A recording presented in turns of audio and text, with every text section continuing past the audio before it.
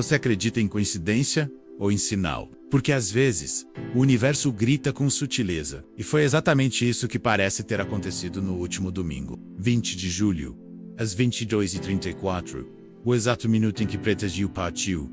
Naquele instante, as luzes do Maracanã estavam apagadas. O estádio que sempre pulsou como coração rubro-negro estava em silêncio, mudo, vazio, como se o próprio futebol soubesse que uma torcedora havia acabado de se despedir. Aprendizado logo de cara.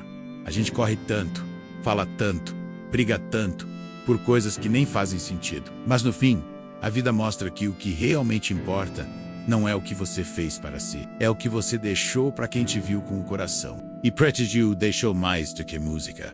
Ela deixou presença, deixou alma no Maracanã. Storytelling real, contado por bastidores.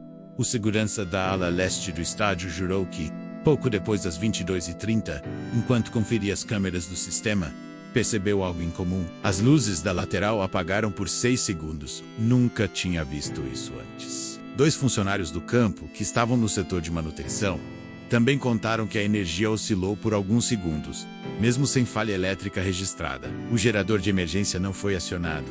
Tudo voltou ao normal. Mas o que ficou foi a sensação. Um deles disse: foi como se o estádio respirasse fundo e chorasse, em silêncio. Na mesma hora, celulares começaram a vibrar. A notícia se espalhava.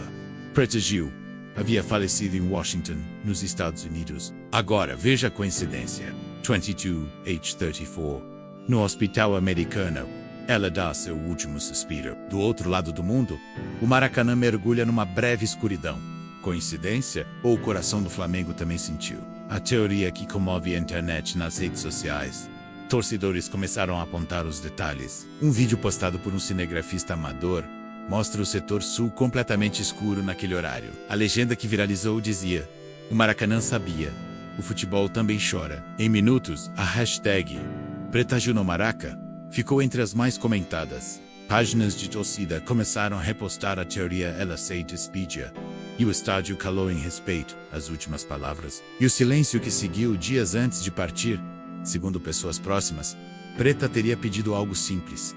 Quando eu partir, toca o hino do Flamengo. E depois, silêncio. E foi exatamente o que aconteceu. O silêncio das luzes apagadas.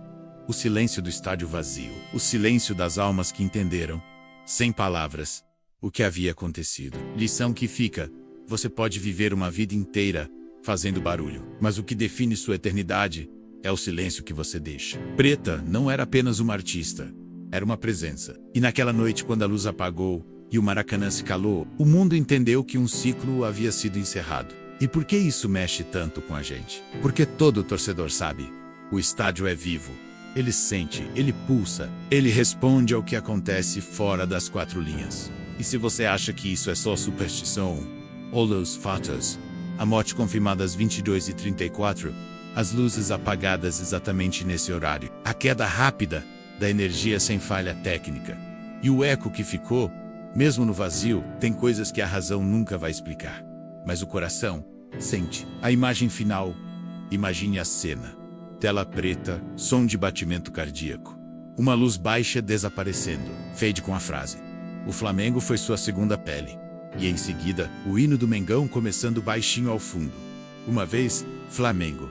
Sempre Flamengo. Ou você marca o mundo com luz, ou vai embora no escuro. Ou você faz o estádio cantar, ou termina no silêncio. Ou você carrega seu time no peito, ou passa a vida com o peito vazio. Preta Gil escolheu a luz. E quando partiu, fez o maior templo do futebol brasileiro calar-se em respeito. O Maracanã sentiu, a torcida sentiu, o Brasil sentiu. E agora, toda vez que o estádio acender as luzes para mais um jogo, vai ser impossível não lembrar do dia em que elas se apagaram, para que uma estrela nova brilhasse lá em cima.